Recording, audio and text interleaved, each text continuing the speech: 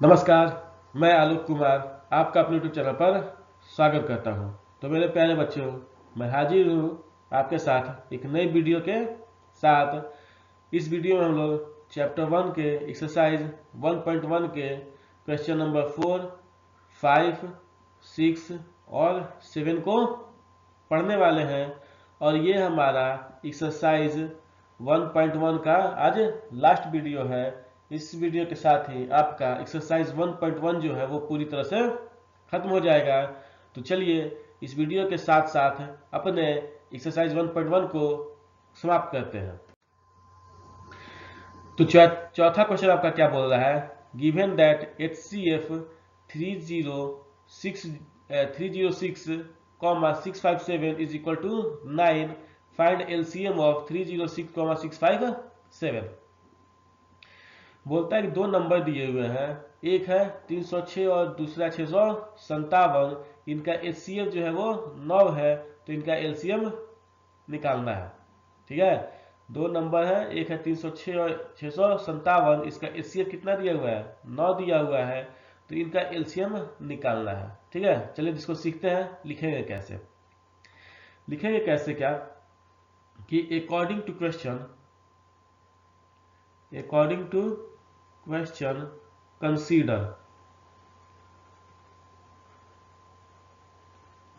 Consider ये जो आपका नंबर है 306, इसको बोलेंगे फर्स्ट नंबर, और 657 इसको बोलेंगे सेकेंड नंबर। ये कोई जरूरी नहीं है आप 657 को फर्स्ट नंबर और 306 को सेकेंड नंबर बोल सकते हैं, लेकिन सीक्वेंस में पहले दिया हुआ है 306, इसको फर्स्ट मान लेते हैं, और दूसरा दिया हुआ है 657, इसको हम सेकेंड नंबर एज्यूम कर लेते हैं। तो consider first number equal to 306 and second number equal to 657। ठीक है, तो हमने एक फॉर्मूला पढ़ा था। अगर आपने इस चैप्टर के इंट्रोडक्शन वाले वीडियो को नहीं देखा है तो जाइए और उसको फटाफट देखिए। हमने एक फॉर्मूला पढ़ा था। वो क्या पढ़ा था? वो पढ़ा था हमने कि यहां देख लेते हैं। पढ़ा था हमने क्या? First number into second number equal to LCM into HCF। याद है आपको? हमने पढ़ा था first number into second number equal to LCM गुना HCF। इसी फॉर्मूला को हम लोग यहाँ पे यूज करने वाले हैं। तो क्या लिखने वाला है? Since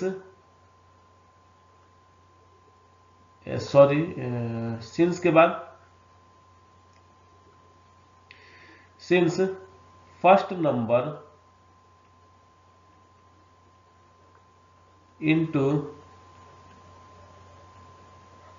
second number equal to LCM into HCF।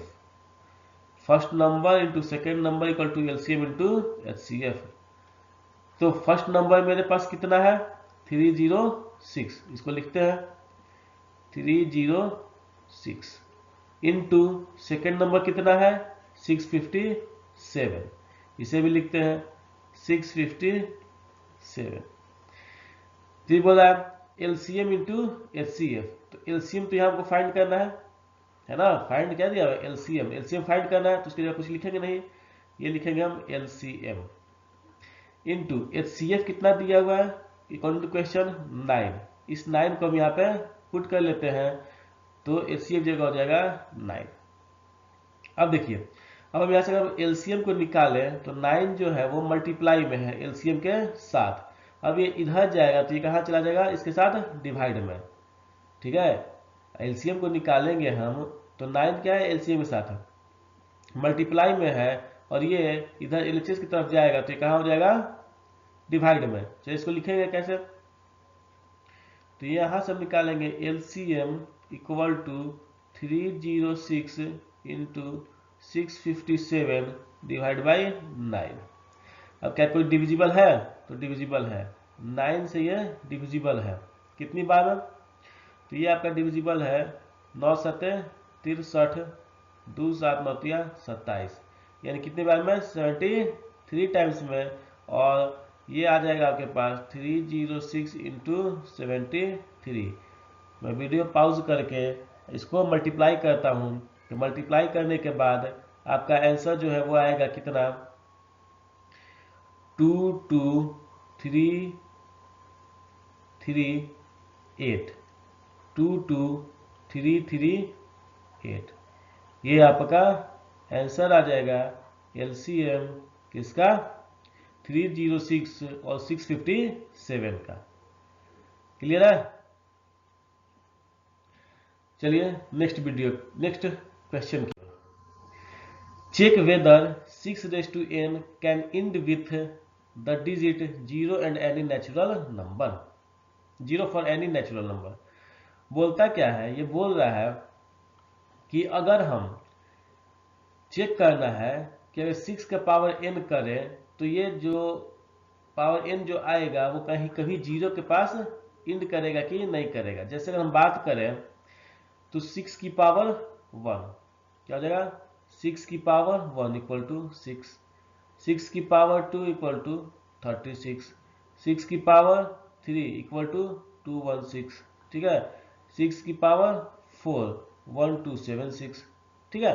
तो ये आप देख रहे हैं कि ये जो हम नंबर हम कर रहे हैं n की जगह 1 2 3 4 पुट करके, तो मेरे पास नंबर कितना आ रहा है? 6:1 इक्वल टू 6, 6:2 इक्वल टू 36, और 6:3 इक्वल टू 216, और 6:4 इक्वल टू 1276।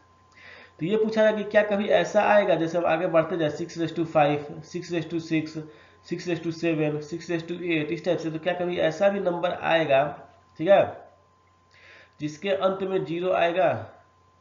क्या कभी ऐसा भी नंबर आएगा अंत में 0 आएगा? वो पूछा, वो चेक करना है। तो आप देखिए किसी भी नंबर के अंत में 0 कब आता है, ठीक है। अगर हम किसी भी नंबर को मल्टीप्लाई कर रहे हैं, ठीक है, तो उन दोनों नंबर के मल्टीप्लिकेशन में 0 कब आएगा? 0 तभी आएगा जब उनके प्राइम फैक्टर में 2 और 5 हो, ठीक है। जैसे हम बात करें, एक हम ले लेते हैं 12 का और एक लेते हैं 5, ठीक है। इसको मल्टीप्लाई करें हम तो कितना आ जाएगा? 60 आ जाएगा। ये 0 आया मेरे पास, एक 0 आया। तो ये 0 जो आया है वो क्यों आया है, कैसे पता चलेगा कितना 0 आया है? समझ क्या बोल रहा है कि किसी भी दो नंबर को मल्टीप्लाई करने के बाद उस मल्टीप्लिकेशन के अंत में 0 आता है, तो क्यों आता है और कितनी बार आता है? तो ये डिपेंड करता है आपके प्राइम फैक्टराइजेशन पे। प्राइम फैक्टराइजेशन में आपके पास जितनी बार 2 और 5 होगा उतनी बार ही 0 आएगा। जैसे देखिए, अगर हम 12 का प्राइम फैक्टराइजेशन लिखने जाए तो ये लिखेंगे 2 इंटू 2 इंटू 3 और 5 पहले से है, तो एक 5 है और एक ये 2 है, तो ये दोनों मिला करके क्या कर देगा? मेरे को 10 भी बना देगा, ठीक है। ये 2 और ये 5 मिला क्या बना देगा? 10 मिला देगा। और ये 2 और 3 मल्टीप्लाई करके कितना देगा? 6 हो जाएगा। 6 इंटू 10 यानी कि ये मेरे पास आ जाएगा 60। तो आपको अगर अंत में 0 चेक करना है, अंत में 0 आएगा कि नहीं आएगा, तो हम चेक करेंगे उसके प्राइम फैक्टराइजेशन पे। प्राइम फैक्टराइजेशन में अगर 2 और 5 आ रहा है तो उसके मल्टीप्लिकेशन के अंत में 0 आएगा। क्लियर है? अब चलिए देखिए इसको आगे बढ़ते हैं। ये दिया 6:n, हम 6:n को लिख सकते हैं प्राइम फैक्टराइजेशन के रूप में। 6:n equal to 2 into 3:n, कितना लिख सकते हैं? 6:n equal to 2 into 3:n हो जाएगा, हो जाएगा। अच्छा, इसका फैक्टर देखें हम 2 इंटू 3, तो इसमें 5 नहीं है, इसमें 5 नहीं है, तो क्या कभी 10 बन पाएगा? नहीं बन पाएगा।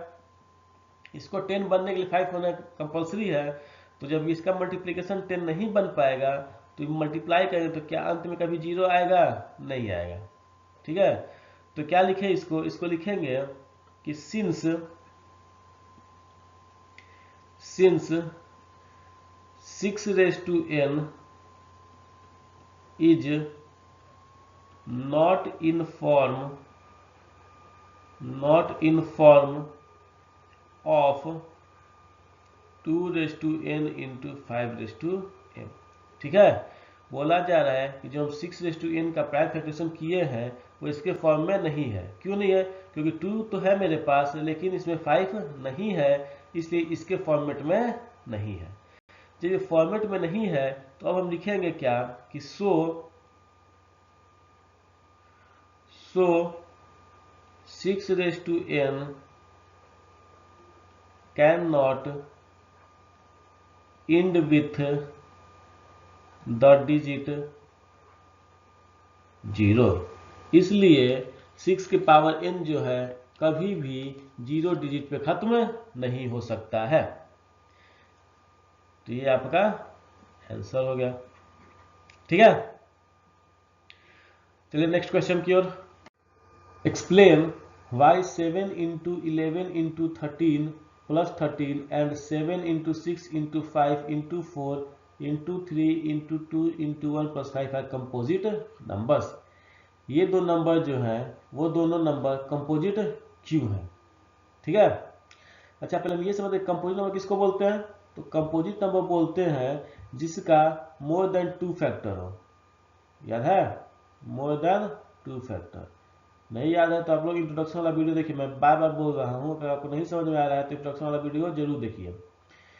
कंपोजिट नंबर्स इसका मतलब होता है जिसका मोर देन 2 फैक्टर हो। जिसके पास 2 से ज्यादा फैक्टर होंगे उसको हम कंपोजिट नंबर बोलेंगे। जैसे हम बात करें 10 का, ठीक है, तो 10 के पास मल्टीपल कौन कौन सा है? एक है फैक्टर, एक 2 है, एक 5 है और एक 10 है। तो टोटल फैक्टर कितने हो गए? 4। ये 2 से ज्यादा है इसलिए 10 क्या है मेरे पास? कंपोजिट नंबर होगा।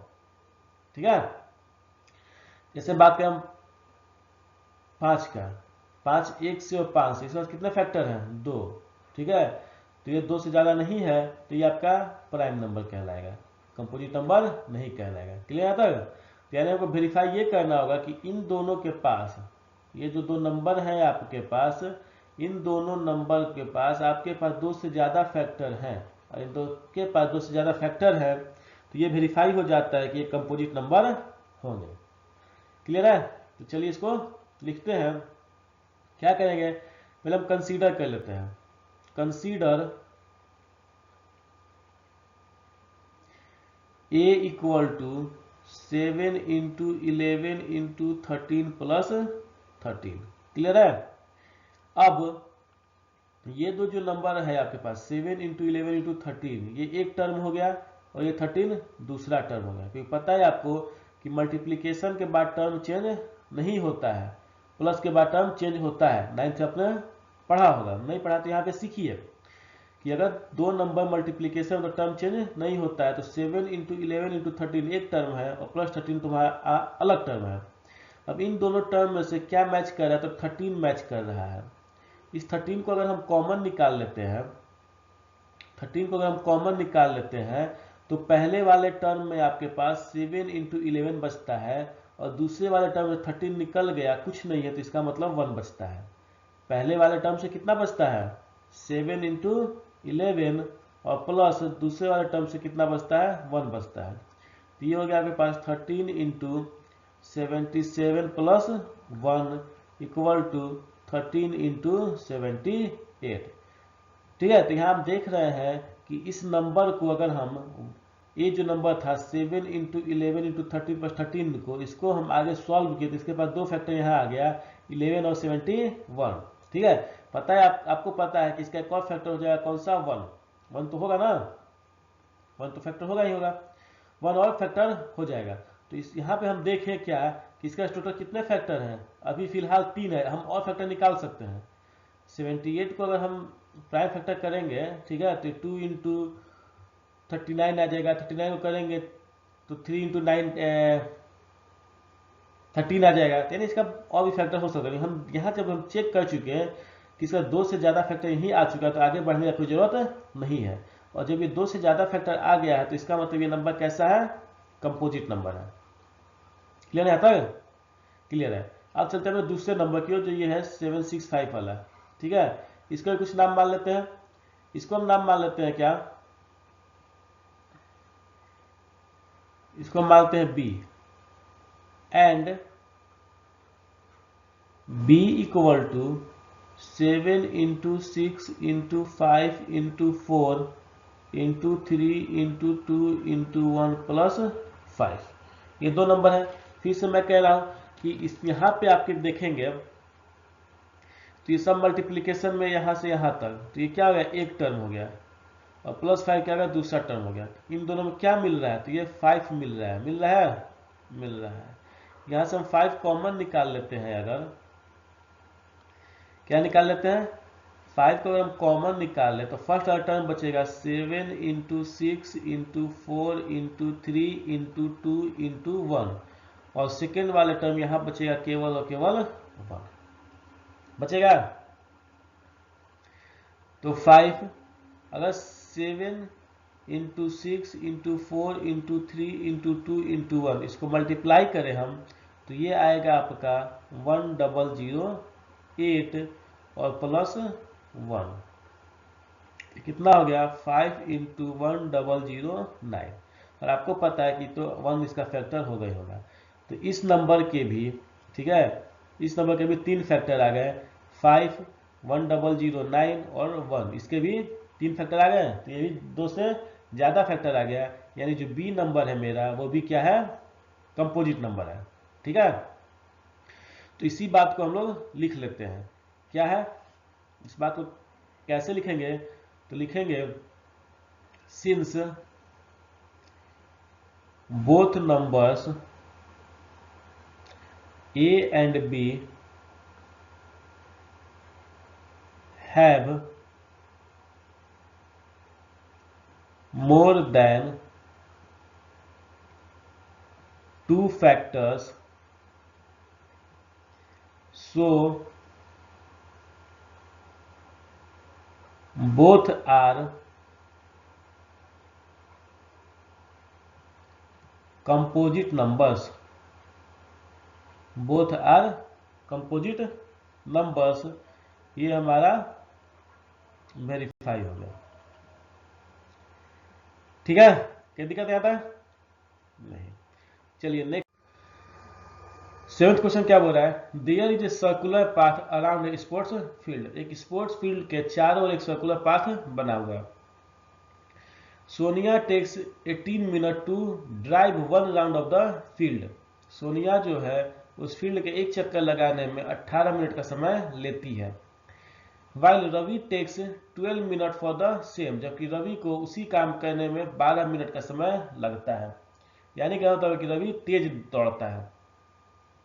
Suppose they both start at the same point. ये माना जा रहा है कि दोनों स्टार्ट जो किए वो एक ही पॉइंट से स्टार्ट किए हैं और एक ही टाइम पे स्टार्ट किए हैं, and go in the same direction, और एक ही डायरेक्शन में भी चल रहे हैं। After how many minute will they meet again at the starting point. वो कितने समय के बाद स्टार्टिंग पॉइंट पे मिल जाएंगे। तो देखिए ये आपका एक सर्कुलर पाथ है। इस सर्कुलर पाथ पे कहीं हम एक स्टार्टिंग पॉइंट मानते हैं, यहाँ पे मान स्टार्टिंग पॉइंट है, ठीक है।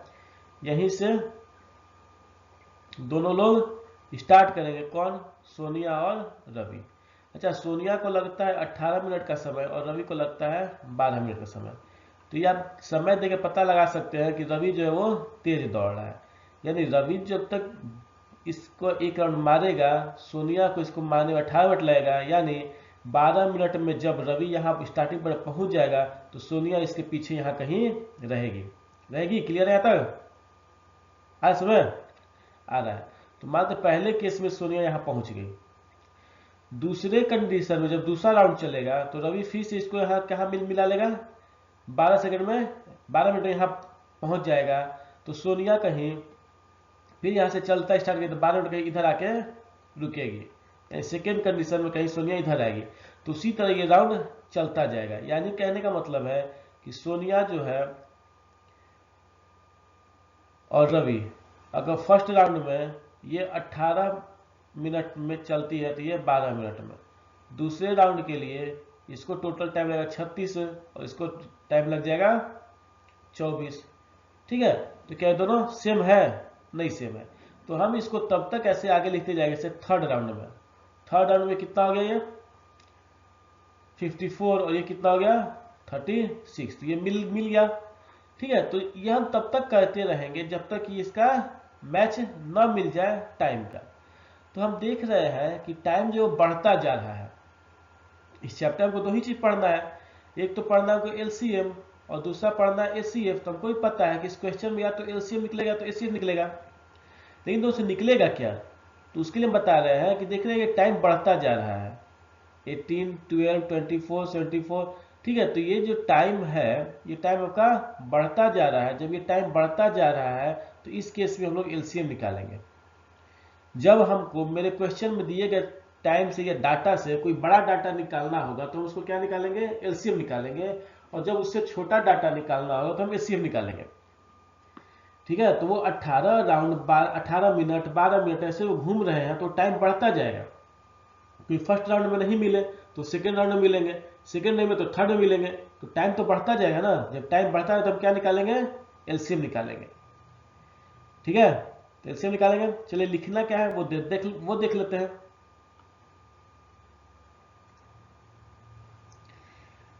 लिखना क्या है, after how many minute will they meet again at the starting point, the time after that they meet. कितना हो जाएगा, तो एलसीएम हो जाएगा किसका, 18 का और 12 का। किसका हो जाएगा, 18 का और 12 का। तो इस 18 और 12 कैल्शियम हम यहाँ पे रफ में निकाल लेते हैं। कैसे निकालेंगे, फैक्टर कर लेते हैं। 18 का फैक्टर करेंगे तो कितना आएगा, 2, 9 और 3 से 3। और 12 का करेंगे तो कितना आएगा, 2 से 6 और 2 से 3, इतना आएगा ना। तो 18 कितना लिख लेंगे हम लोग, 18 को 2 इंटू 3 इंटू 3 और 12 को कितना लिख लेंगे, तो 2 इंटू 2 इंटू 3। तो एलसीएम क्या होता है, जो दोनों में मिलता है, दोनों में क्या मिल रहा है, 2 मिल रहा है कि 3 मिल रहा है, और बाकी जो नहीं मिल रहा है उसको भी लिख लेंगे।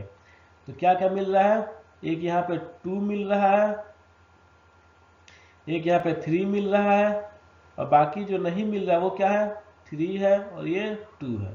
तो 3 है और ये 2 है। अगर हम देखेंगे इसको तो मल्टीप्लाई करके कितना आ जाएगा, 36 आ जाएगा। यानी हम इन दोनों का एलसीएम निकालेंगे तो एलसीएम कितना आ जाएगा मेरे पास, 36 आ जाएगा। और ये 36 मिनट के बाद ये दोनों अपने स्टार्टिंग पॉइंट पे आ जाएंगे, जो यहाँ पे मैंने आपको दिखाया था कि सोनिया जो है सेकेंड राउंड में 36 मिनट का समय लेती है और रवि थर्ड राउंड में 36 मिनट का समय लेता है। तो ये दोनों जो हो जाएगा वो आपका मैच हो जाएगा। तो इसका मतलब कि ये दोनों 36 मिनट के बाद एक दूसरे से मिल जाएंगे, और 36 मिनट होते होते जो ये सोनिया है उसका 2 राउंड कंप्लीट होगा, और ये जो रवि है इसका 3 राउंड कंप्लीट हो जाएगा। क्लियर आता है, ठीक है। तो ये आज आपका चैप्टर नंबर 1.1 जो था वो एक्सरसाइज 1.1 जो था वो समाप्त हुआ। तो ये वीडियो आपको कैसा लगा कमेंट सेक्शन में जरूर बताइएगा। तो मिलते हैं आपसे अगली वीडियो में, तब तक के लिए धन्यवाद, बाय बाय, टेक केयर।